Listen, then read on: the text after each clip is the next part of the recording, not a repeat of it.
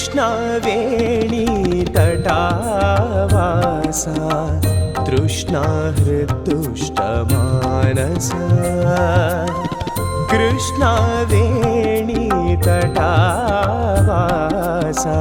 तृष्णाहृदुष्टमानसा त्रासहारि महावीर त्रासहारि महावीर त्राहि मामरेश्वरा त्राहि माम् अमरेश्वरा।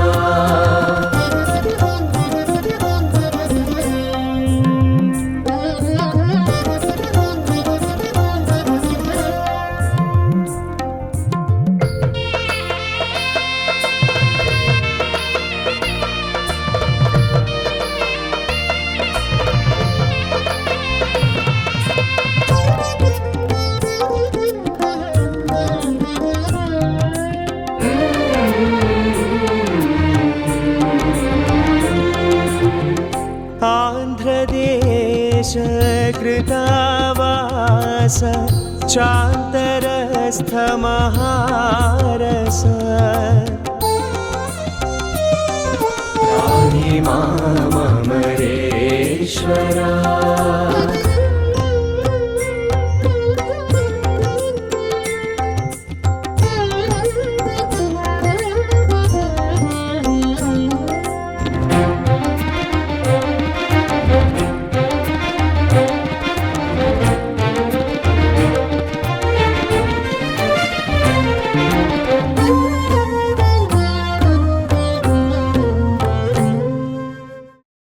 నమస్కారం, వెల్కమ్ టు ఐ డ్రీమ్. మన సంస్కృతి కార్యక్రమానికి స్వాగతం. నేను మీ విజిత.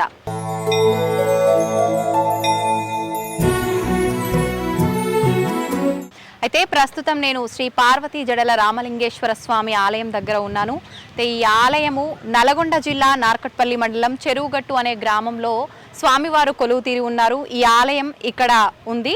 అయితే ఈ ఆలయం విశిష్టత గురించి, ఆలయ చరిత్ర గురించి, ఈ ఆలయంలో కొలువు తీరి ఉన్న శివుడి యొక్క మహిమాన్వితమైన మహిమల గురించి ఇక్కడ ఆలయంలో ప్రధాన అర్చకులతో మాట్లాడి తెలుసుకునే ప్రయత్నం చేద్దాము.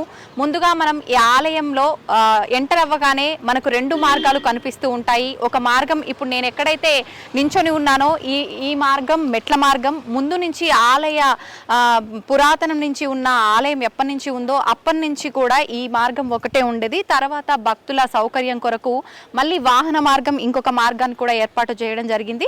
అయితే ఇప్పుడు నేను మెట్ల మార్గం ద్వారా పైకి వెళ్తున్నాను. మీరు కూడా నాతో పాటు రండి, స్వామివారిని దర్శించుకోండి.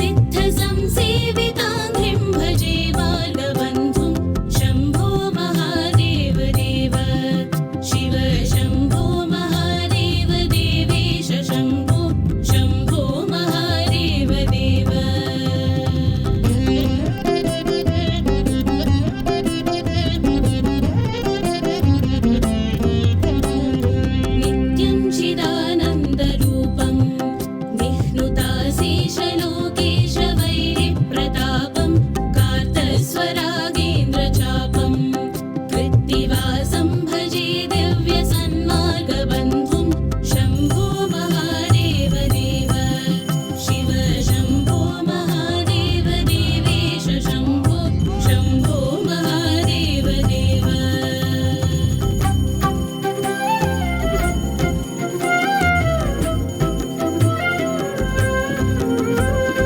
कन्दर्पदर्पघ्नमीशं कालकण्ठं महेशं महाव्योमकेशं कुन्दाभरन्तं सुरेशं कोटिसूर्यप्रकाशं भजे मार्गबन्धुं शम्भो महादेव देव शिव शम्भो महादेव देवेश शम्भो शम्भो महादेव देव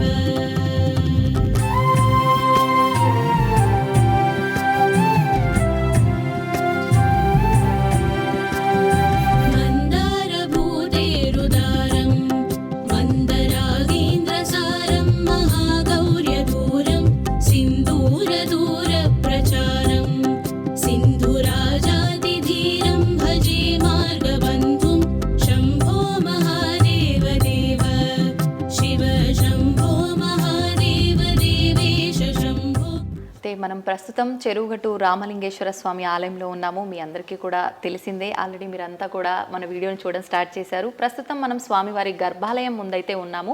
అయితే స్వామివారి ఆలయ విశిష్టత గురించి కానీ స్వామివారి మహిమాన్వితమైన మహిమల గురించి కానీ తెలుసుకోవాలి అని అంటే దానికి సంబంధించి తెలిసిన ఒక గొప్ప వ్యక్తి మనతో పాటు ఉంటే కనుక ఆ విషయాలన్నీ కూడా మనందరము చక్కగా తెలుసుకునే అవకాశం ఉంటుంది.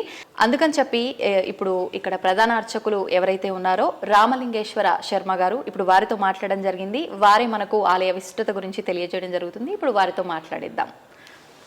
నమస్కారం అండి. నమస్కారం. అయితే వింటూ ఉంటాం మామూలుగా చెరువుగట్టు ప్రసిద్ధి గురించి విన్నప్పుడు ఇక్కడ స్వయంభుగా వెలిసిన స్వామివారు అని చెప్పి, నిజంగా స్వయంభుగా వెలిసారా లేదంటే ప్రతిష్ఠించిన లింగమా, ఏంటి ఆలయ విశిష్టత గురించి తెలియజేయండి. ఇక్కడ స్వామివారిని త్రేతాయుగంలో పరశురాముడు ఆయన మనశ్శాంతి కొరకు అనేక స్థలాల్లో ఈ యొక్క స్వామివారి మూర్తిని ప్రతిష్ఠించినటువంటి సందర్భాలు మనకు అనేకం కనిపిస్తూ ఉంటాయి. అదేవిధంగా ఈ క్షేత్రంలో కూడా స్వామివారిని పరశురాముడు ప్రతిష్ఠించి ఒక చిన్న లింగాకారపు మూర్తిని ప్రతిష్ఠించి అనేక సంవత్సరాలు ఆ యొక్క శివుడిని జడల రామలింగేశ్వర స్వామి పేరుతో అనేక సంవత్సరాలు శరీరాన్ని మర్చిపోయి ఆయన తపస్సు చేస్తూ పోతుంటే ఆ యొక్క పరమశివుడు పరశురాముడు తపస్సు మెచ్చినటువంటి పరమశివుడు ఆ లింగాకారంలో ఉద్భవించి ఆ లింగాకారము దినదినము వృద్ధి పొంది ప్రస్తుతం ఉన్నటువంటి అంత పెద్దగా ఆ స్వామివారి మూర్తి పెరిగింది అని చెప్పి చెప్తారు. అయితే ఆ విధంగా ఆ పరశురాముడు తన తపస్సు చాలించి ఒక్కసారి స్వామివారిని దర్శనం చేసుకునేసరికి ఆయనకు మనసులో సందేహం కలిగింది. నేను ప్రతిష్టాపన చేసినటువంటి మూర్తి లింగాకారం చిన్నది కదా, మరి ఇది ఎలా అయింది, ఎలా జరిగింది దీని విషయము అని చెప్పేసి నేను దీన్ని తొలగిస్తాను అని చెప్పేసి ఆయన పరశువు అంటే గండ్రగొడ్డలి, ఆ గండ్రగొడ్డలతో ఆ యొక్క శివుడి యొక్క లింగాకారం పైన ఒక కాటు పెట్టేసరికి కనిపిస్తుంది, ఇతల పక్క కనిపిస్తుంది. ఆ లింగాకారం శిరస్సు మీద ఇలా కాటు ఉంటుందండి, చూడండి కనిపిస్తుంది, అది అటు ఇటు ఉంటుంది మొత్తం. అయితే ఆ విధంగా పరశురాముడు శిరస్సు మీద ఆ పరశువుతో కొట్టేసరికి ఆ శివుడు ప్రత్యక్షమై, పరశురామ ఈ గుహాలయంలో నన్ను ప్రతిష్ఠించి అనేక సంవత్సరములు నా మీద భక్తి శ్రద్ధల చేత తపస్సు చేసినటువంటి నీ పుణ్య విశేషం వల్ల ఈ స్థలంలో నేనే ఆవిర్భవించాను, అందువల్లనే ఈ లింగాకారం వృద్ధి పొందింది, ఇందులో ఉన్నది నేనే అని చెప్పేసి ఆ యొక్క పరమశివుడు పరశురాముడికి చెప్పినట్టుగా ఇక్కడ స్వామివారి స్థల పురాణం. అయితే అది అందుకు నిదర్శనంగా మనకు ఆ యొక్క స్వామివారి శిరస్సు పై భాగంలో ఒక కాటు కనిపిస్తుంది. ఇకపోతే జడల రామలింగ స్వామి అంటే శివుడికి జడల ఆకృతిని పోలి శిరస్సులో ఉంటుంది, శిరస్సు భాగంలో జడల ఆకృతిని పోలి ఉంటుంది. లింగాకారానికి కూడా వెనక భాగంలో జడల ఆకృతిని పోలి శివలింగం ఉంటుంది. అందువల్ల జడల రామలింగ స్వామి అనే పేరు సార్థకమైనట్టుగా, అంటే మా పూర్వీకుల నుండి చెప్తున్నటువంటి పేరు కూడా సార్థకమైనట్టుగా మేము దాన్ని మనం అనుకోవచ్చు. అంటే ఎవరైనా సొంతంగా వాళ్ళు అలా దాన్ని చూసి వాళ్ళ భావనతో పెట్టిన పేరా, భగవంతుడు ఎవరికి అది పరశురాముడి కాడి నుంచే అలా వస్తున్నది అని చెప్పేసి మనకు చెప్తుంది. అంటే నేను ఈ విధంగా చెప్పడానికి కారణం, గత ఒక 1000 సంవత్సరాల పైన మా వంశీకులే ఈ స్వామివారి సేవలు మా తాతలు 5 తరాలు పైబడి ఇక్కడ స్వామివారి సేవ చేస్తున్నట్టు స్వామివారి పూజలు అర్చనలు చేస్తున్నారు. ఇక ఈ దేవాలయానికి స్వామివారి యొక్క నివేదనకు ఈనాం భూములు కానీ వంశపారంపర్య హక్కులు కానీ సనాతన ధర్మం ప్రకారంగా ఇవన్నీ కూడా మాకు సంక్రమిస్తూ వచ్చినాయి. ప్రస్తుతం ఇది మేము వేతనాల్లో మారి ఉన్నాం. అయినప్పటికీ కూడా వంశపారంపర్య అర్చకులు 5, 6వ తరం మాది. ఈ విధంగా మేము స్వామివారి సేవ చేసుకుంటూ వస్తున్నాం. ఈ విధంగా మరి అంతేకాకుండా శివుడికి పంచముఖాలు ఉంటాయి అని మనకు పెద్దలు చెప్తున్నారు. అయితే ఆ పంచముఖాలలో సద్యోజాత, వామదేవ, అఘోర, ఈశాన, తత్పురుష అనేటటువంటి పంచముఖాలను ద్వారా మనం ఆ పరమశివుడిని వేడుకోవడానికి అవకాశం ఉన్నది. అందులో పశ్చిమాభిముఖంగా ఉండేటటువంటి పరమశివుడిలో అఘోర స్వరూపంలో ఉండేటటువంటి శివుడి యొక్క శక్తి, శివుడి యొక్క తేజస్సు ఉంటుంది అని చెప్పేసి మనకు పెద్దల ద్వారా తెలుస్తున్నటువంటి విషయం. దానికి నిదర్శనంగా మనం ఇప్పుడేమనుకోవచ్చు అంటే ప్రతి అమావాస్యకు ఇక్కడికి ఈ క్షేత్రానికి 1,00,000 మంది వచ్చి స్వామివారి దర్శనం చేసుకొని పోతురు. 1,00,000 మంది దర్శనం చేసుకున్నంత మాత్రంలోనే వాళ్ళకు ఉండబడినటువంటి బాధలు కానీ వాళ్ళకు ఉండబడిన కష్టాలు కానీ ఇవన్నీ ఆ పరమేశ్వరుడు రామలింగేశ్వర స్వామి తీర్చడం వల్లనే ఆయనే మా ఇలవేల్పు అనుకొని వాళ్ళు జీవనాన్ని సాగిస్తూ సంతోషంగా వాళ్ళ పిల్లలు వాళ్ళ తరం ఆ విధంగా భక్తులు వృద్ధి పొందుతూ ఉన్నది. ఈ విధంగా స్వామివారి చరిత్ర. అయితే ఆ విధంగా ఇంతే కాకుండా ఈయన ప్రధాన దైవం జడల రామలింగ స్వామి. ఇంతే కాకుండా ఈ ఆలయం పైన చండీశ వృష భైరవశ్చ హనుమత్ పత్ని ద్వయస్కందయో పాదాబ్జ శివజామదగ్నిచ లసత్ గోగర్భమర్షిర్గుహాం మల్లీశ భ్రమరాంబ వెంకటపతి పద్మాక్షి పత్నీయుతౌ శ్రీ వీరేశ త్రియుష్మ వల్లభయుతం శ్రీరామలింగం భజే. త్రియుష్మములు అంటే 3 గుండ్లు అని మనం బయటికి వెళ్ళిన తర్వాత 3 గుండ్లు వరుసగా ఉంటాయి. అందులో 2 గుండ్ల మధ్య నుండి మనం ఇరుకైన ద్వారం నుండి మోక్ష ద్వారం అంటారు దాన్ని. దాని నుండి పైకి ఎక్కి స్వామివారిని పైన దర్శనం చేసుకొని రావడం ఇక్కడ ఎక్కువ మంది విశేషంగా భావిస్తారు. నిజంగా స్వామివారు 3 గుండాల పైన ఫస్ట్ వెలిసారని చెప్పి అంటుంటారు. అది కాదు, ఇక్కడనే ప్రధానమైనటువంటి చరిత్ర ఇక్కడనే. అయితే దర్శనీయ స్థలాలు ఏ స్వామికైనా ఉపాలయాలుగా ఇవన్నీ ఉన్నాయి. ఆంజనేయ స్వామి ఉన్నాడు, కుమారస్వామి ఎల్లమ్మ రూపంలో కుమారస్వామి ఉన్నాడు. అదేవిధంగా మెట్ల ద్వారా మనం పైకి వస్తే కాలభైరవుడు అక్కడ స్వామివారు ఉన్నారు. అదేవిధంగా ఈ స్వామివారి అభిషేక జలం కొరకు ఇప్పుడు అంటే ప్రస్తుతం కొంచెం మనకు నీళ్ళ వసతి ఇవన్నీ పెరిగినాయి, నీళ్లు రావడం. అప్పట్లో అసలు గుట్ట పైన వేసవి కాలంలో చైత్ర వైశాఖ మాసంలో నీళ్ళు అనేది దొరకకపోయేది. అప్పుడు ఆ గోగర్భం అనే ఒక చిన్న కొలను ఉంది. ఆ గోగర్భంలో మాత్రం స్వామివారికి అభిషేకానికి సరిపోయే అన్ని జలం మాత్రం అందులో దొరికేది. ఆ జలంతో స్వామివారి అభిషేకం నివేదన చేసి మేము స్వామివారి అర్చన పూజా కార్యక్రమాలు చేసేది. ఇప్పుడు మీరు చెప్పిన గోగర్భం ఎక్కడ ఉన్నది? ప్రస్తుతం గుండం పక్కన ఉన్నది. ఇప్పుడు దాంట్లో వస్తుంటాయా నీళ్లు? ఉన్నాయి, కాకపోతే దానికి అంత సరిగ్గా అనిపించక మనం చేస్తున్నాం. దానికి కూడా ప్రాధాన్యత ఉంది. అంతేకాకుండా ఇంకా అవతల పక్క ఒక మునుల బేలం అనేది కూడా పూర్వంలో ఉండే. మునుల బేలము అంటే అందులో మునులు వాళ్ళు తపస్సు చేసి ఆ శివుడి గురించి తపస్సు చేసుకుంటూ శరీరాలను మొత్తం అందులోనే త్యాగం చేసిండ్రని ఆ ఎముకలు అవన్నీ కూడా ఉండేది ఒక కాలంలో. 50 సంవత్సరాల క్రితం నేను చెప్పే విషయం. అంటే నాకు 57 ఏళ్ళు ఉన్నాయి కాబట్టి 50 ఏళ్ళ క్రితం నుంచి మా పెద్దవాళ్ళు చెప్తుంటే నేను కూడా కొన్ని చూడడం జరిగింది. ఆ విధమైనటువంటి నిదర్శనాలు. గుట్ట పైన మాత్రం అమ్మవారు లేదు, కింద అమ్మవారి దేవాలయం ఉంది. ఎందుకని అమ్మవారు కింద? ఆ మొదటి నుండి అట్లాగే ఉన్నది. ఇక్కడ గుట్ట మీద స్వామివారికి రథసప్తమికి స్వామివారి విశేష కళ్యాణం జరుగుతుంది. అయితే దానికంటే ముందు మకర సంక్రాంతి రోజు ఏదైతే ఉత్తరాయణ పుణ్యకాలం వస్తుందో ఆ సందర్భాన్ని పురస్కరించుకొని నివాళిల రోజు కింద అమ్మవారి అని చెప్పి అమ్మవారి మూర్తులు స్వామివారి మూర్తులు ఊరేగింపు జరుపుకొని గుట్టపైకి రావడం. ఆ తర్వాత రథసప్తమి వరకు ఈ క్షేత్రంలో అమ్మవారు ఇక్కడే ఉంటుంది అని చెప్పేసి దానికి ప్రాధాన్యత. ఆ ఉండి అమ్మవారు ఆ రోజులు కూడా తపస్సు చేస్తుంది శివుడి గురించి. తర్వాత రథసప్తమికి స్వామికి అమ్మవారికి విశేషంగా కళ్యాణం జరుగుతుంది. త్రయోదశి వరకు పంచానిక శైవాగమ ప్రకారంగా కారణాగమంలో చెప్పబడిన విధంగా శైవాగమం ప్రకారంగా 5 రోజులు స్వామివారి పంచానిక దీక్ష చేత స్వామివారి ఉత్సవాలు జరుగుతాయి. ఉత్సవానంతరం మళ్ళీ స్వామి అమ్మవారు చెరువుగట్టు ఎల్లారెడ్డిగూడెం గ్రామాలలో వేయించేపు ఊరేగింపు జరుగుతుంది. తదుపరి మళ్ళీ స్వామివారు ఆలయ ప్రవేశం చేస్తారు ఇక్కడ స్వామివారు. అంతేకాకుండా ప్రతి అమావాస్య కూడా ఇక్కడికి లక్షలాది మంది ఆయన్ను స్వామివారి దర్శనం చేసుకొని పోతూ ఉన్నారు. దర్శనం చేసుకున్నంత మాత్రంలో కూడా వారికి ఆ స్వామి అనుగ్రహం అనేది కలుగుతుంది. ఇది మనకు సనాతన ధర్మంలో చెప్పినట్టుగా ఏదైతే భగవంతుణ్ణి మనం భక్తి శ్రద్ధల చేత నమ్మి ఆయన కైంకర్యాలు చేస్తామో తప్పకుండా ఆయన మన యొక్క కోరిక తీర్చుతాడు అనడానికి మనకు అమావాస్యకు వచ్చేటటువంటి భక్తులే నిదర్శనం.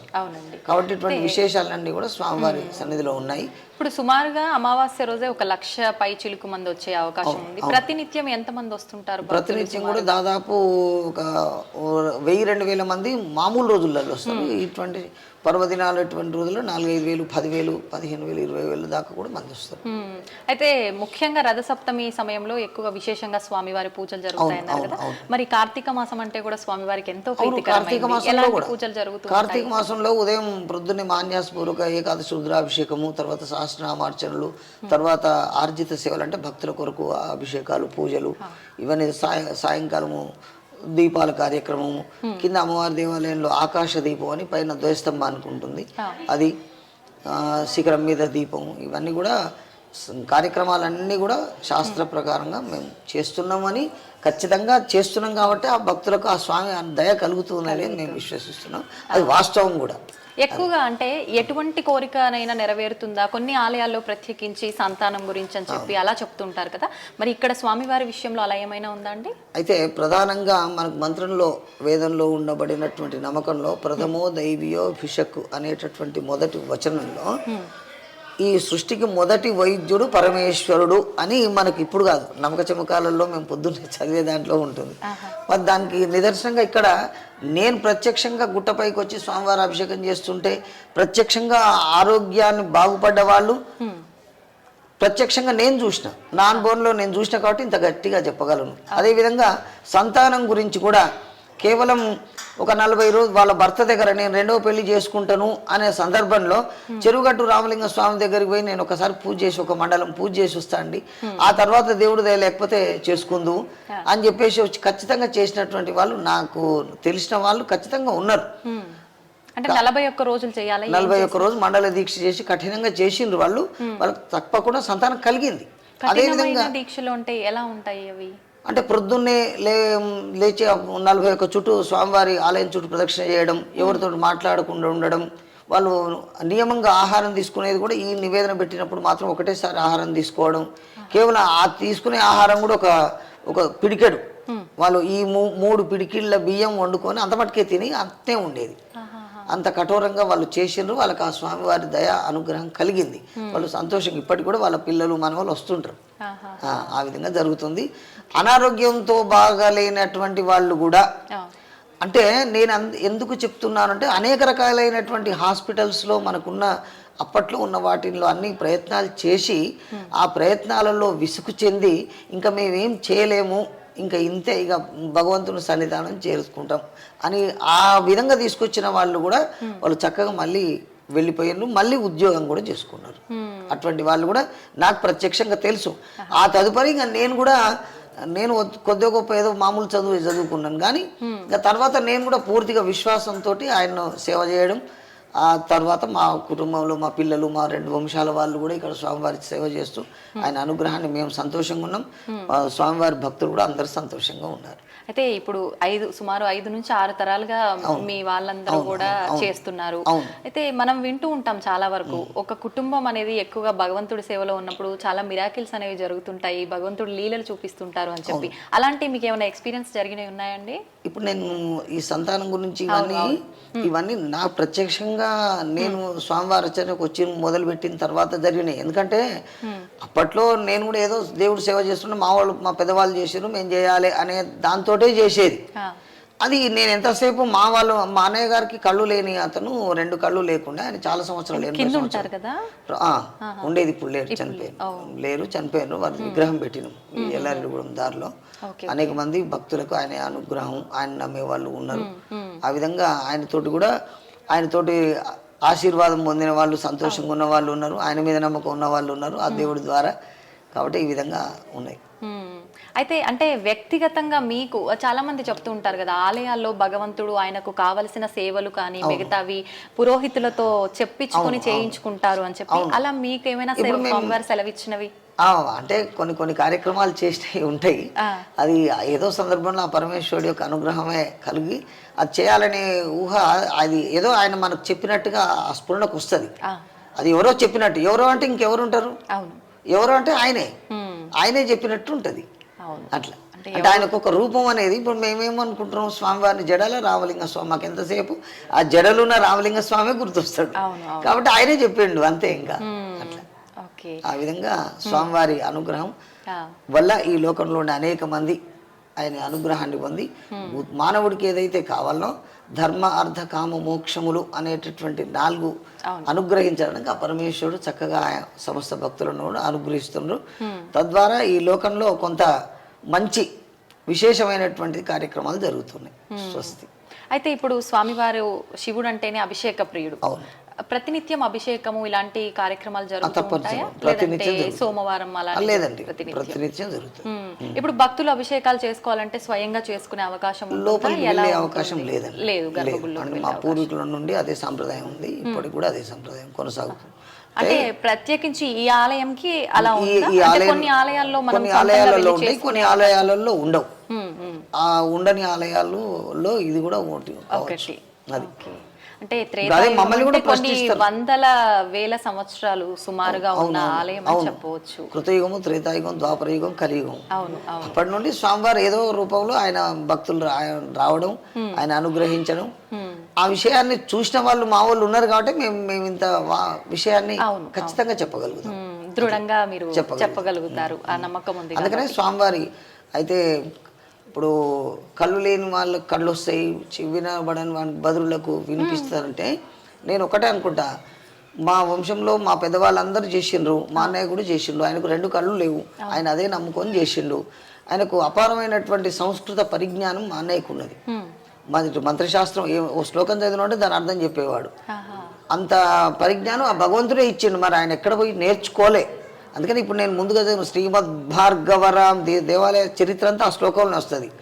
శ్రీమద్ భార్గవరామ నిర్మిత మహాదివ్యాలయే సంస్థితం నిహారాచల కన్యకార్ధవపుషం బాలేందు రేఖాధరం బ్రహ్మేంద్రాచ్యుత సేవ్య పాదజలజం సద్భక్త కల్పద్రుమం సేవే సుందర ఇక్షుశైల నిలయం శ్రీరామలింగం భజే. ఇక్షుశైలం అంటే చెరుకు గట్టు అని, చెరుకు గట్టు అని. అయితే ముందుగా చెరుకు చెరువు, ఈ ఊరు పక్కన పెద్ద చెప్పుకోదగిన చెరువులు లేవు. ఇక్ష్వాద్రి అంటే చెరుకు గట్టు అని. అది మా అన్నయ్య గారికి అనేక పండితులను వాళ్ళను సంప్రదిస్తూ వాళ్ళు చెప్పిన అన్నిటి కూడా ఒకదానికొకటి జోడిస్తూ ఉండేది. ఆ విధంగా ఆయనకు ఇక్ష్వాద్రి చెరుకు గట్టు అనేది ఇట్లా పడిపోయింది. వాడుక భాషలో అది కాస్త చెరువు గట్టు మారిపోయింది రాయడంలో స్పెల్లింగ్స్ అట్లా చెరుకు గట్టు. ఓకే. అయితే మీరు ఇందాక 41 రోజుల దీక్ష అని చెప్పన్నారు కదా, అంటే మనం ఓన్లీ ఆ 41 రోజులు నిష్ఠగా ఉండి కొన్ని నియమాలు పాటిస్తూ ప్రదక్షిణలు చేస్తే సరిపోతుందా, లేదంటే ప్రత్యేకించి ఏదైనా దీపారాధనలు, అభిషేకాలు, ముడుపులు ఇలాంటివి ఏమైనా ఉంటాయండి? ముడుపులు తాత్కాలికంగా వచ్చేవాళ్ళు ముడుపులు కట్టిపోవడం కూడా తొట్టెలుగా కడితే సంతానం కొరకని, అనారోగ్యంతో బాధపడే వాళ్లకు ఇంకా రకరకాలుగా అని చెప్పేసి ఈ విధంగా జరుగుతుంది. వాళ్ళకు ఆ కోరికలు నెరవేరుతున్నాయి, వాళ్ళందరూ సంతోషంగా ఉన్నారు.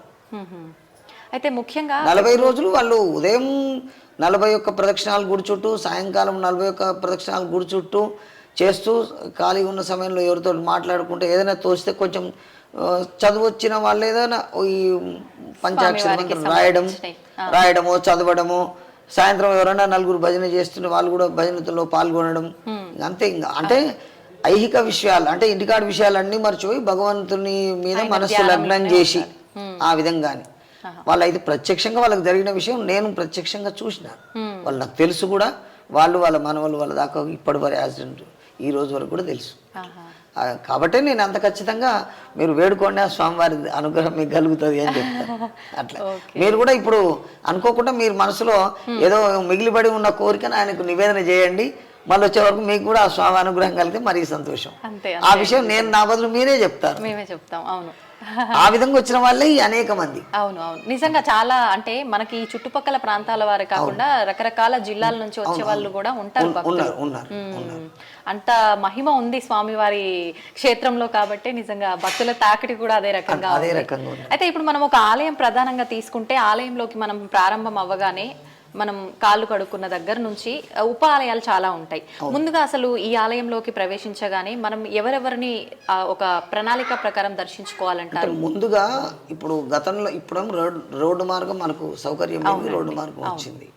ఇప్పుడు ముందు కాలభైరవ స్వామి అని చెప్పేసి క్షేత్రపాలకుడు అక్కడ ముందే ఉన్నది. కానీ ఇప్పుడు దారి మారింది, అందువల్ల మనం ఆయన దర్శనం చేసుకోవాలి. యాక్చువల్గా మొట్టమొదటి స్వామివారి కంటే ముందు అక్కడ దర్శనం చేసుకుని గుళ్ళకి రావడం అనేది జరుగుతుంది. తదుపరి ఆంజనేయ స్వామి, కుమారస్వామి, ఇప్పుడు ఆ కుమారస్వామి ఉండే కాడ ఎల్లమ్మ అని ఏదో రకరకాలుగా ఆ విధంగా జరుగుతుంది. స్వామివారి పాదాలు ఆలయం దగ్గర ఎల్లమ్మ అంటే సర్పాలు ఉండే ఈ దేవాలయం విస్తృతం చేసినప్పుడు అవి కూడా ఇక్కడే ఉండేది. అంటే చిన్నగా ఉండే గుడి, దీన్ని వైడింగ్ చేసినప్పుడు ఇది అక్కడ పెట్టడం సర్పాలు ఉన్నాయన్నట్టు. ఆ విధంగా ఆ రూపంలో కుమారస్వామి.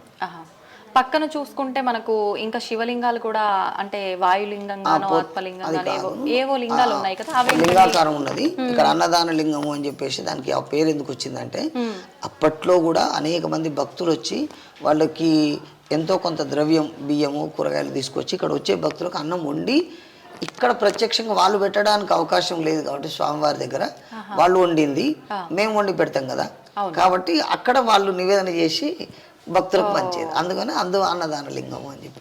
ఇంకా ముందుకేమో ఒక పరశురామ లింగం అని చెప్పేసి ఒకటి ఉంది. పరశురాముడు కూడా ఇక్కడ ఆయన తను జాలిచ్చిన లింగాకార స్వరూపంలో అని చెప్పేసి ఆ ముందు ఉంటది. అది స్వామివారికి కళ్యాణం 5 రోజుల్లో 5 వాహనాలు ఉంటాయి. 5 వాహనాలలో 5 రోజులు సేవా కార్యక్రమం ఉంటుంది.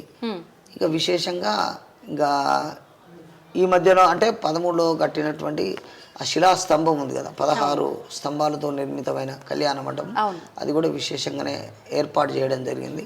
ఇప్పుడు ఉన్న వాటి ఎక్కువ భగవంతుని విషయంలో గొప్పది అంటే ప్రస్తుతానికి అది. ఇప్పుడు కళ్యాణ సమయంలో కూడా చాలా మంది భక్తులు తలంబ్రాలు తీసుకొని వస్తూ ఉంటారు కదండి, ఎలా జరుగుతుంది? బియ్యము అంటే మనం ఒక మామూలుగా మన ఇండ్లలో ఏది విధంగానైతే బట్టలు, బియ్యము, తాంబూలము, ఆడపడుచు, గాజులు ఇవన్నీ ఎట్లా సమర్పణ చేస్తాం, స్వామివారికి కూడా అదే విధంగా సమర్పణ చేస్తారు. అట్లా ఆ విధంగా దాదాపు ఒక 100 ట్రాక్టర్ల వరకు బియ్యం వస్తాయి. 100 ట్రాక్టర్లు అంటే ఇక క్వింటాల్ ఎన్ని అవుతాయో కానీ. మరి ఇప్పుడు భక్తులు తెచ్చిన ఆ బియ్యం అన్ని కూడా కొన్ని సేకరించి భగవంతుడికి ఉపయోగిస్తారా? ఎలా ఉంటుంది అదంతా? డిపార్ట్మెంట్ పరంగా వాటిని వేలం పెట్టడం, ఆ వేలం పెట్టిన వాళ్ళు వాటిని సేకరించుకోవడం అయినా జరుగుతుంటుంది. అయితే మనం ఎలాగో శివయ్య ముందే కూర్చొని ఉన్నాము, నిజంగా శివుణ్ణి లింగ రూపంలోనే మనం దర్శించుకుంటాం ఏ ఆలయంలో అయినా సరే. అయితే శివుణ్ణి ఆడవారు తాకకూడదు అని చెప్పి, శివలింగాన్ని ఆడవారు అసలు పూజ కూడా చేయకూడదు అని చెప్పి కొంతమంది చెప్తూ ఉంటారు, అది నిజమేనా అండి? అంటే శాస్త్రంలో అది అయి ఉండొచ్చు, ఎందుకంటే అంత దూరం వెళ్ళి మేము దాన్ని పరిశీలన చేసిన వాళ్ళంగా, మా అన్నయ్య లాంటి వాళ్ళు అయితే దానికి సరైన సమాధానం చెప్పేవాళ్ళు, ఇంకా కొంచెం బాగా లోతుపోయి. కాకపోతే ఏంటంటే శివుడిని లింగోద్భవ సమయంలో ఆ శివుడు మొట్టమొదటిగా బ్రహ్మ విష్ణువులకే దర్శనం ఇచ్చిండు. ఒక అగ్ని రూపంలో, బింబం రూపంలో శివుడు బ్రహ్మ విష్ణువులకు దర్శనం ఇచ్చిండు. అయితే అభిషేక ప్రియ శివ అనే దానికి దాని సమన్వయం కనుక మనం చేసుకుంటే ఆ గొప్ప కాంతితోటి, వేడితోటి ఉద్భవించినటువంటి మరి అప్పటికి అదే ఆ కాంతి రూపంలో ఎందుకు పుట్టిండు అనడానికి కూడా మనం ఏమనుకోవచ్చు అంటే, ఈ లోకమంతా హాలాహలం నిండి మొత్తం చీకట్లు గమ్మి పోయినటువంటి సందర్భంలో ఆ యొక్క బింబం ప్రకాశవంతమైనటువంటి తేజస్సుతో శివుడు ఉద్భవించిండు. మరి బ్రహ్మ విష్ణువులు ముందు ఆయనను ఊర్ధ్వభాగం బ్రహ్మదేవుడు, అదో భాగం విష్ణుమూర్తి దర్శనం చేసుకోవడం జరిగింది. ఆ విధంగా కాబట్టి మరి అందువల్లనే ఆడవాళ్ళు తాకకూడదు అన్నదాని నియమాలు ఇంకా అవి శాస్త్రాన్ని బట్టి ఉన్నాయి, పెద్దగా మనం అంత లోతుకు పోలేము. ఆ విధంగా అనుకోవచ్చు, అది నేను అనుకోవడం అంతే.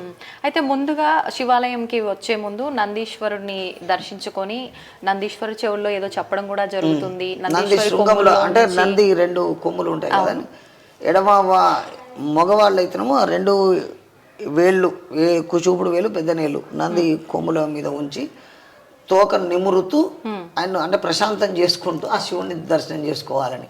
అదే ఆడవాళ్ళు శివుడి దర్శనం చేసుకుంటే కుడి చేతి వేళ్లను ఆ నందీశ్వరుడి కొమ్ముల మీద ఉంచి దర్శనం చేసుకోవడం అనేది అది విషయం. బొట్టన వేలు చూపుడు వేలు ఈ రెండు పెట్టి 2 కొమ్ముల మధ్య నుండి స్వామివారిని దర్శనం చేసుకోవాలి అనేది. అయితే నందీశ్వరుడికి శివుడికి మధ్యలోంచి కూడా మనం వెళ్ళకూడదు అని చెప్పి అంటుంటారు. కానీ ఇప్పుడు మనం చూసుకుంటే ఇప్పుడు ప్రస్తుతం నిర్మించే ఆలయాలన్నీ కూడా మనకు చాలా తక్కువ విశాలంగా లేకుండా ఉండడం, మనం వెళ్ళడము అలాంటివి కూడా జరుగుతూ ఉంటాయి. అటువంటి దానికి ఇప్పుడు ఆ శివుడి యొక్క సందర్భంలో చిన్న లింగ దాని కింద ఉంటుంది, ఆ పూలదండ కింద.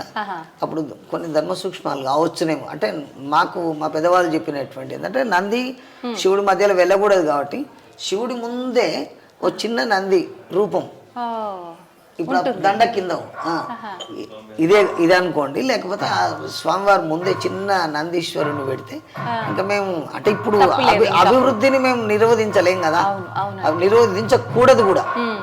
కాబట్టి కొన్ని వాటికి ఆ సూక్ష్మాలను పెద్దవాళ్ళ ద్వారా గ్రహించడం మనకు తెలిస్తే దాన్ని శాస్త్రాన్ని గట్టిగా తెలుసుకొని ఆచరించడం జరుగుతున్నది. ఇప్పుడు నేను మీకు చెప్పిన సందేహం ఇప్పుడు మా పూర్వం నుండి వస్తే నేను మా పెద్దవాళ్ళని అడిగిన ఈ నందిని ఇక్కడనే ఎందుకు పెడతారు అని అడిగితే మా పెద్దవాళ్ళు చెప్పినటువంటి విషయం అంటే శివుడికి నంది మధ్యలో వెళ్ళకూడదు కాబట్టి ఆ శివుడికి మధ్యన ఓ నందిని ఉన్నది అని. ఓకే, అప్పుడు ఇంకా ఎలా నందీశ్వరుడు శివుడు ముందే ఉన్నాడు కాబట్టి ఇక్కడ మనం వెళ్ళినా దోషం ఏమీ ఉండదు, దోషం తక్కువ ఉంటది అని భావించు. అంటే ఉంటుంది, తక్కువ ఉంటుంది అంతే. ఏదైనా అంతే కదండి. అవును, మనము పూర్వజన్మ కృతం పాపం అని చెప్పేసి మనం భగవంతుని వేడుకునేటప్పుడు పాపాలు నేను చేసి వచ్చిన స్వామి నన్ను రక్షించు అనే దానికి ఏమీ అది అవకాశమే లేదు. తెలియక చేసిన దోషాలను మాత్రమే ఆయన రూపుమాపుతాడు తప్ప మనకు ప్రత్యక్షంగా నేను ఈ దోషం చేస్తున్నాను, ఇది దోషం అని నాకు తెలుసు, ఇంకా దాని నివృత్తి ఎక్కడిది? అది సరే ఇప్పుడు కాకపోతే ఇంకెప్పుడు అనుభవించాల్సిందే, అది మాత్రం ఎవరికైనా తప్పదు, నాకు మీకుతో సహా అందరికి తప్పదు. అంతే.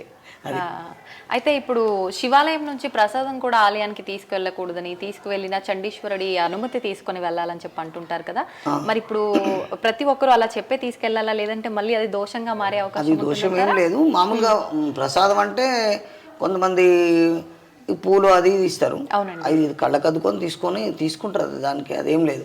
చండీశ్వరుడు ఉంటాడు మన స్వామివారి నీళ్ళు పోయే చోట ఉంటుంది అక్కడ, కాబట్టి ఇంకా అది దోషమని మనం పరిగణించొద్దు, ఏదో పువ్వో పత్రో తీసుకోగలుగుతాం అట్లా.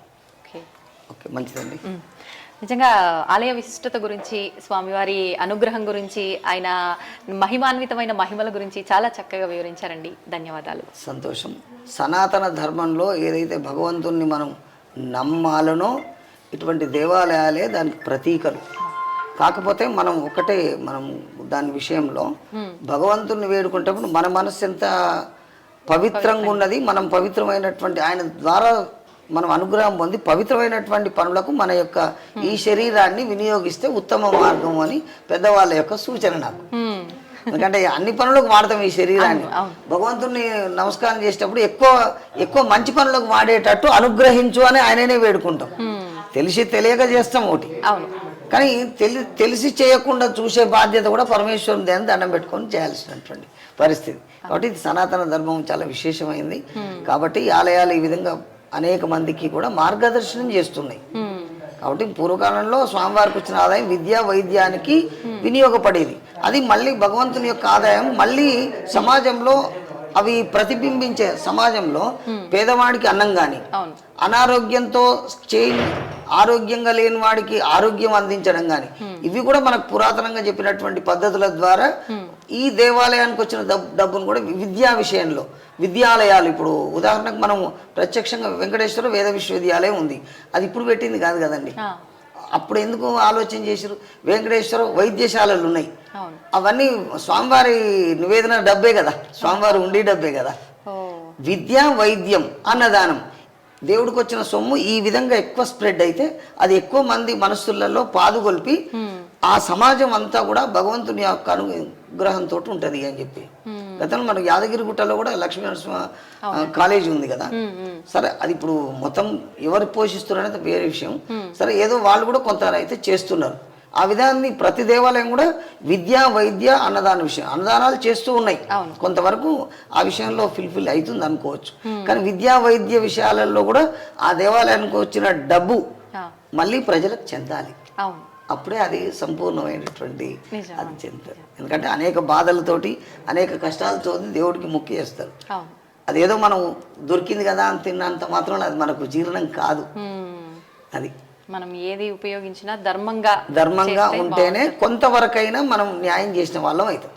ఆ ధర్మము న్యాయమే కనుక లేకపోతే మనం ఏం మనుషులం మర మనుషుల లాగా ఉంటుంది. తర్వాత ఇంకా జరిగాయన్నీ జరుగుతుంటాయి దానికి అంతే. కృతజ్ఞతలండి, చాలా మంచి విషయాలు తెలియజేశారు. నమస్తే. స్వామివారి దర్శనం అయిపోయింది. స్వామివారి దర్శనం తర్వాత మనం ఈ మార్గం గుండా బయటికి వస్తాము. ఇలా వచ్చిన తర్వాత మనకి ఇక్కడ కొబ్బరికాయలు కొట్టే స్థలం ఎడమ వైపున ఉంటుంది. తర్వాత మనకు స్వామివారికి అభిషేకించిన నీళ్లు ఈ మార్గం గుండా బయటికి వస్తూ ఉంటాయి. మనం ఇలా కనుక మెట్ల మార్గంలో పైకి వెళ్తే ఎడమ చేయి వైపున హనుమాన్ దేవాలయం ఉంటుంది.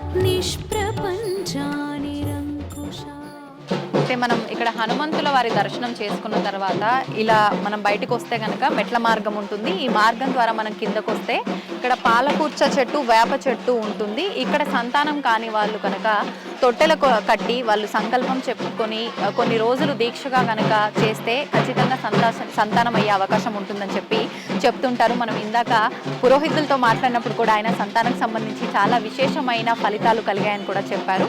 ఆ చెట్టు దగ్గరికి వెళ్ళి మనం ఇప్పుడు దర్శించుకుందాము. ఆ పక్కనే ఎల్లమ్మ తల్లి ఆలయం కూడా ఉంది, అది కూడా దర్శనం చేసుకుందాం.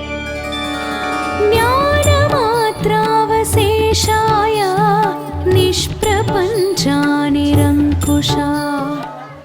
ఇది ఎల్లమ్మ తల్లి ఆలయం. ఇప్పుడు మనం అమ్మవారిని దర్శించుకుందాం. దుర్గాంబాం తాముపాస్మహే, దుర్గాంబాం తాముపాస్మహే. అమ్మవారి దర్శనం అయితే మనం చేసుకున్నాం, అమ్మవారిని దర్శించుకున్నాం. మరి అమ్మవారి విశిష్టత ఏంటో నేను తెలుసుకొని మీ అందరికి కూడా తెలియచేయాలి కదా. మీరు అమ్మవారి దర్శనం చేసుకోవాలంటే ఇక్కడ ఉన్న వాళ్ళతో మాట్లాడి అసలు అమ్మవారి విశిష్టత ఏంటి, ఇక్కడ చాలా మంది బోనాలు సమర్పిస్తుండడం మనం ఇందాక కూడా విజువల్స్ లో చూసాము. ఇక్కడ తొట్టెలు కూడా కడుతున్నారు. అసలు ఏంటి ఇదంతా కూడా వారితో మాట్లాడి తెలుసుకుందాము. అమ్మ నమస్తే. నమస్తే. మీ పేరు? రమాదేవి. ఓకే, అయితే మీరు ఎప్పటి నుంచి ఉంటున్నారు ఇక్కడ? 5 సంవత్సరాలు. 5 సంవత్సరాల నుంచి. అయితే చాలా మంది బోనాలు సమర్పించడం అయితే చూస్తున్నాము. ఇక్కడ కూడా చాలా మంది బోనాలు పెట్టి వెళ్ళున్నారు.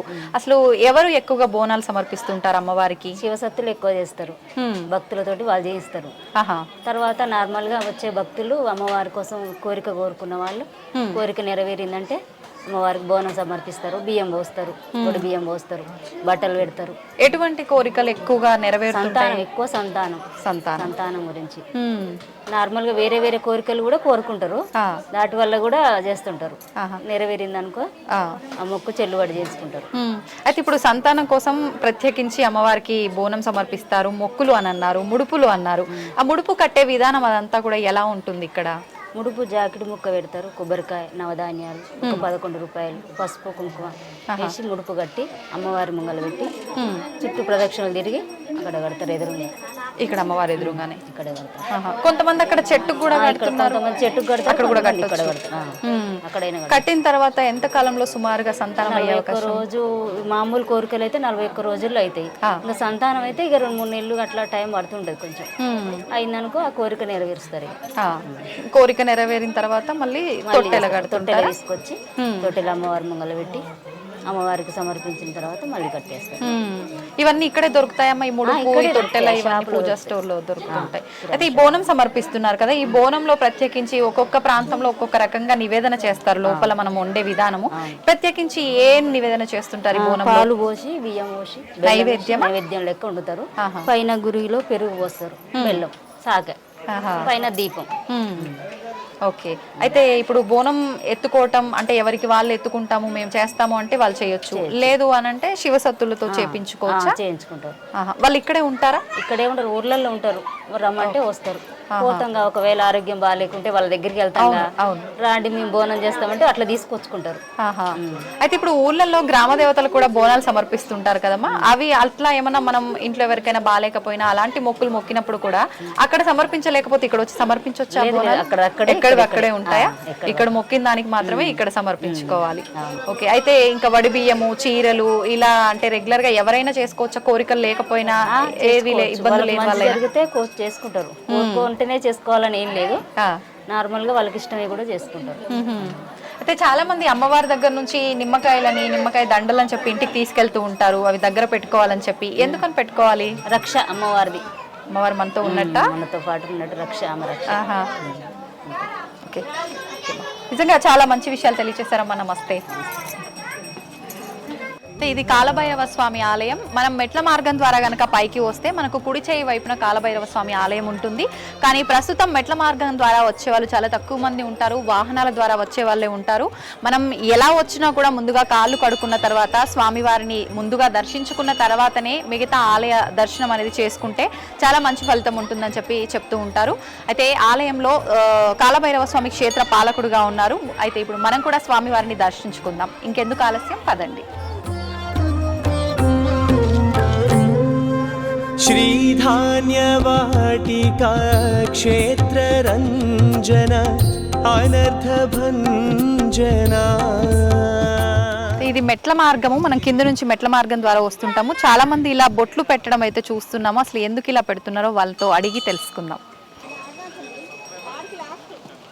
అమ్మ, మీరు బొట్లు పెట్టడం అయితే నేను ఇందాక నుంచి చూస్తున్నా మెట్లకి, ఎందుకని ఇలా బొట్లు పెడుతున్నారు? ముందు కోరిక కోరుకొని ఇలా పెడతామని దండం పెట్టుకున్నారు. మాకు అనుకున్న కోరిక తీరినాక పెడతాం పసుపు కుంకుమలతో. అలా ఏమైనా సంఖ్య బొట్లు, 3 బొట్లు అట్లా ఏమైనా బొట్లు కూడా లెక్క చూసుకోవాలా? ఏం లేదు, మంది మొక్కు తీరు. ఇట్లా మొక్కుకుంటే 4 పెడతారు, 5 పెడతారు, కొంతమంది 5 పెడతారు, కొంతమంది 11 పెడతారు, కొంతమంది 3 పెడతారు. అంటే ఎవరు మొక్కుకుంటే వాళ్ళే పెట్టాలా? మనకు సహాయం చేయడానికి ఎవరైనా ఉండొచ్చా? ఎవరైనా సాయం చేసుకో. ఇప్పుడు మొక్కుకున్నది మేము సాయం చేస్తున్నాం. తానెవరు? నా కూతురు. కూతురు. ఏం మొక్కుకున్నారు? నా కూతురు పుట్టాలని మొక్కుకున్నాం, సంతానం కోసం. పెడుతుంది. మొక్కుకున్నాక ఎంతకాలానికి మీకు సంతానం అయింది? ఏమంటే కడుపుతో ఉన్నప్పుడు కూతురు పుట్టాలని మొక్కుకున్నాం. ఓ, కూతురు కావాలని చెప్పి 2 కొడుకులు ఫస్ట్ కూతురు పుట్టాలని మొక్కుకున్నా, పుట్టింది. ఓకే. అలా 3 కొడుకులు పుట్టారు కాబట్టి నాకు కూడా 3 పుడతారు, కూతురు కావాలని మొక్కుకున్నాం. కానీ చాలా తక్కువ మంది ఉంటారు కదా అమ్మాయి కావాలని ఇలా కోరిక నెరవేర్చుకునేటోళ్ళు. మీ పేరేంటి? భాగ్యలక్ష్మి. థ్యాంక్ యూ అండి, thank you very much. Thank you అమ్మా.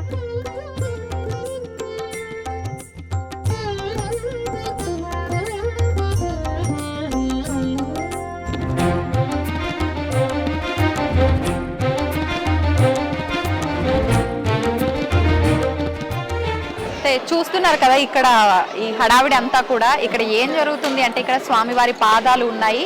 స్వామివారి పాదాలని గనక మనము తలపైన పెట్టుకొని 9 కానీ 11 కానీ ప్రదక్షిణలు చేస్తే గనక మన పైన ఉన్న దృష్టి దోషాలన్నీ కూడా తొలగిపోతాయని చెప్పి ఇక్కడ భక్తుల నమ్మకము. అయితే చాలా మంది అమావాస్య రోజు ప్రత్యేకించి ఏదైనా నరదిష్టి లేదంటే నెగిటివ్ ఎనర్జీకి సంబంధించిన ఏదైనా దోషాలు ఉన్న వాళ్ళు ఇక్కడ పడుకొని కూడా స్వామివారి పాదాలన్నీ కూడా బాడీ పైన పెట్టుకొని అలా కొంత సమయం పాటు ఉండి వెళ్ళిపోయే వాళ్ళు ఉంటుంటారు. చాలా మంది పాదాలతో అక్కడ ఉన్న వాళ్ళతో అలా దిష్టి తీపించుకొని ఒక 3 దెబ్బలు కనుక అలా కొట్టించుకుంటే మన పైన ఉన్న దుష్ట శక్తులన్నీ కూడా పోతాయని చెప్పి, దృష్టి కూడా పోతుందని చెప్పి నమ్ముతూ ఉంటారు. అయితే ఈ తంతు అంతా కూడా మీరు కూడా చూసేయండి.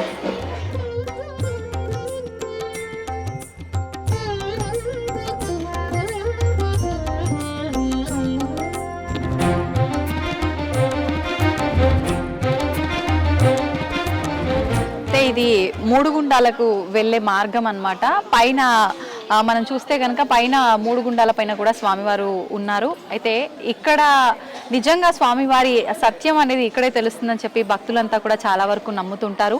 మనం ఒక మార్గం అయితే చూద్దాము ఇప్పుడు వెళ్ళే దారిలో. ఆ మార్గం చాలా సన్నగా చాలా ఇరుకుగా ఉండే మార్గం. ఆ మార్గంలోంచి కనుక మనం బయటికి వెళ్ళి స్వామివారిని దర్శించుకోవడానికి కనుక వెళ్తే మనం తెలిసి తెలియక నిత్య జీవితంలో ఎన్నో రకాల తప్పులు ఒప్పులు పాప పుణ్యాలు చేస్తూ ఉంటాము. అవన్నీ కూడా స్వామివారు నన్ను క్షమించేశారు ఈ మార్గం గుండా బయటికి రావడం ద్వారా అని చెప్పి ఇక్కడ భక్తుల యొక్క నమ్మకము. నిజంగా ఆ మార్గం ఎలా ఉంటుంది ఏంటి అవన్నీ కూడా ఇప్పుడు మనం వెళ్తూ మాట్లాడుకుందాం రండి.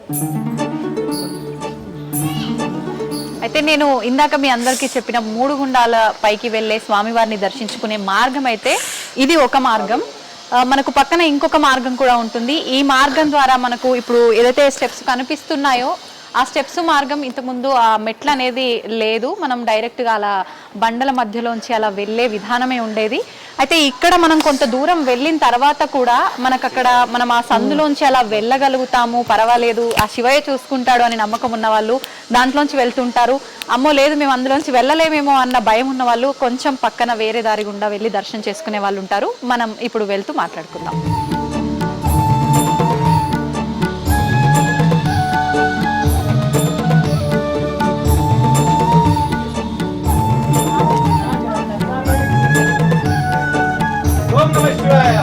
ఓం నమ శివాయ.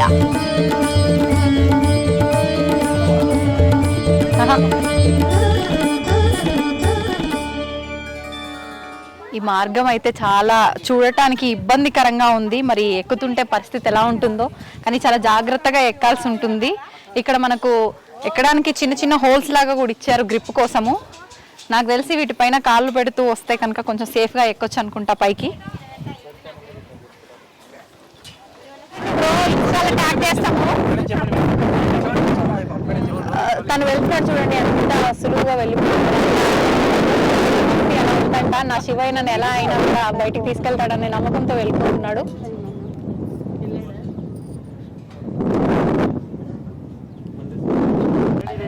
అయితే ఫైనల్ గా మనం 3 గుండాల పైకి అయితే చేరుకున్నాము. ఇక్కడ నుంచి చూస్తే నిజంగా ఎంత ప్రశాంతంగా చక్కగా పొలాలు అంత గ్రీనరీ చాలా బాగుంది ప్రకృతి అంతా కూడా. ఇప్పుడు మనం ఎలాగో పైకి వచ్చేసాము, స్వామివారిని దర్శించుకుందాము.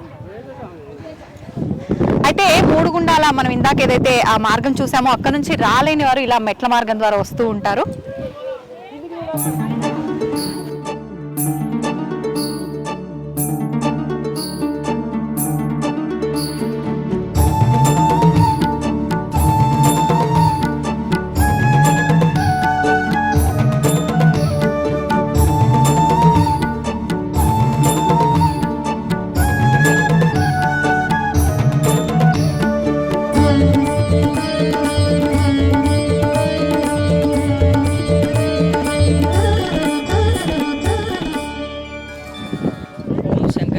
చిక్కుడు చీర మబ్బులు మాయల మధ్యన గాలి తెలిపోల పిల్లలు చల్ల పాడి పంట చల్లదర రానే కాపాన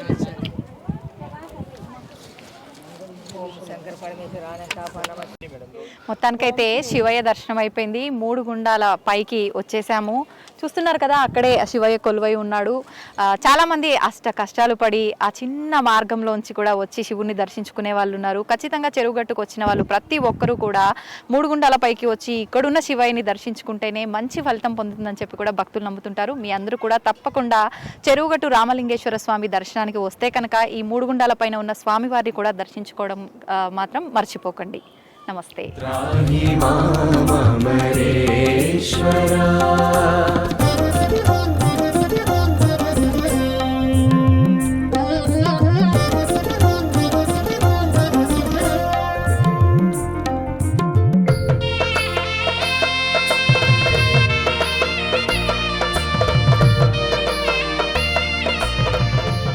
మనం కొండపైన స్వామివారిని దర్శించుకున్నాము. ఆలయం అంతా కూడా తిరిగి చూసాము. స్వామివారి మహిమల గురించి కూడా మాట్లాడుకున్నాము. అన్ని వివరంగా తెలుసుకున్నాము.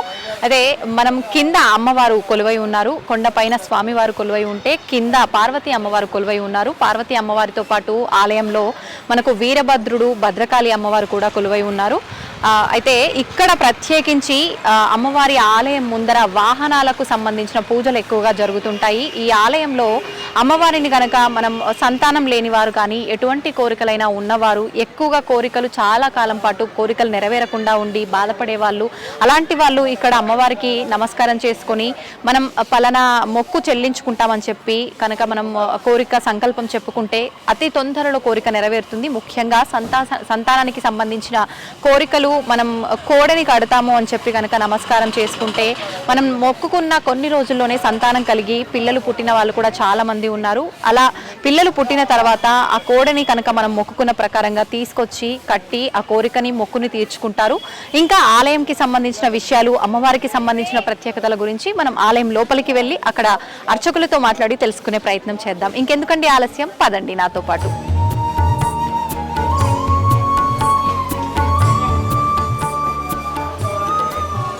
ప్రస్తుతం మామిళ్ళపల్లి రాంబాబు శర్మ గారు మనతో పాటు ఉన్నారు. అమ్మవారి ఆలయంలో పురోహితులు. వారితో మాట్లాడి అమ్మవారి ఆలయం యొక్క విశిష్టత గురించి, ఇక్కడ నిజంగా భక్తులు ఎటువంటి కోరికలతో వస్తుంటారు, ఎటువంటి కోరికలు నెరవేరుతుంటాయో అడిగి తెలుసుకుందాం. నమస్కారం అండి.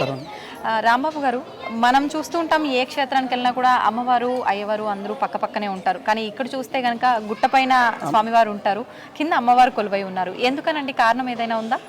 పూర్వము త్రేతాయుగంలో పరశురాముడు ప్రతిష్ఠాపించిన స్వామి ఆలయంలో పైన స్వామివారి యొక్క వారిని స్వామి యొక్క ప్రతిష్టాపన జరిగింది. అది ఒక గ్రామంలో కూడా దేవాలయం అని చెప్పేసి మన యొక్క అందరి యొక్క సహకారంతో కింద అమ్మవారి దేవాలయము, స్వామివారు మరి యొక్క వీరభద్ర భద్రకాలు కూడా ఆలయాన్ని కింద ఒక 400 సంవత్సరాల క్రితం ప్రతిష్టాపన చేయడం జరిగింది. అయితే ఇక్కడ మనం చూస్తుంటే కనుక కోడలు కనిపిస్తున్నాయి. ఏంటండి ఇదేందుకని? ఇక్కడ అన్ని దేవాలయాల్లో అమ్మవారి దేవాలయంలో వడిబియ్యం పోసుకుంటూ అమ్మవారికి కుంకుమార్చనలు ఎక్కువ చేసి పూజలు జరుగుతారు. కానీ చెరుగట్టు క్షేత్రం అందు స్వామివారికి పైన అభిషేకాలు అర్చనలు ఏమేమి జరుగుతాయి, కింద అమ్మవారికి సంతానం లేని వాళ్ళు ఎక్కువగా ఈ యొక్క కోడలను కట్టి మొక్కుకొని మా ఇంటి దగ్గర చిన్న చిన్న లేగదూడల్ని సాది చాలా పెద్దగా అయిన తర్వాత తీసుకొచ్చి అమ్మవారికి ఇక్కడ సమర్పణ చేస్తారు. ఇక్కడ అక్కడ దూరం తెలియని వాళ్ళు కూడా ఇక్కడ కోడలు దొరుకుతాయి.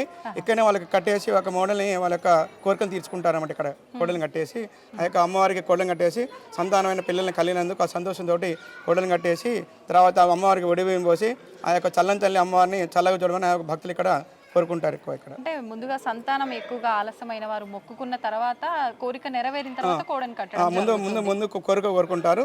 ఆ కోరిక తీరిన తర్వాత వచ్చేసి కోడని కట్టేసి వెళ్తుంటారు ఎక్కువ. ఓన్లీ ఒక సంతానం కోసమేనా అండి, ఇంకా వేరే కోరికల గురించి? ఎక్కువ శాతం పిల్లల సంతానంకి మాకు కోడ కావాలంటే ఈ యొక్క మన భాష కోడ అంటే ఎవరు, అబ్బాయి. ఆ కోరిక కావాలని చెప్పి ఎక్కువ కోడలను కడతారు ఇక్కడ. అంటే ఇలా మొక్కుకుంటే ఖచ్చితంగా 99% 100% కోరిక ఖచ్చితంగా పిల్లలు పుడతారు ఇక్కడ. అందుకు సాక్ష్యమే ఇక్కడ కోడ పూజలు ఎక్కువ వస్తుంటాయి అనమాట. ఇక్కడ బాగా కడతారు. ఇక్కడ ఇంటి దగ్గర సాధి కూడా తీసుకొచ్చి ఇక్కడ కడతారు. ఇక దీంతో పాటు కొంతమంది లేని వాళ్ళు కొంతమంది గొర్రెపడేళ్ళు మేక పిల్లలు కూడా కొట్టేసి అమ్మవారికి సమర్పించేసి వెళ్తుంటారు ఇక్కడ. అవి కూడా అవి కూడా సంతోషం అండి, చాలా చక్కగా వివరించారు. ధన్యవాదాలు.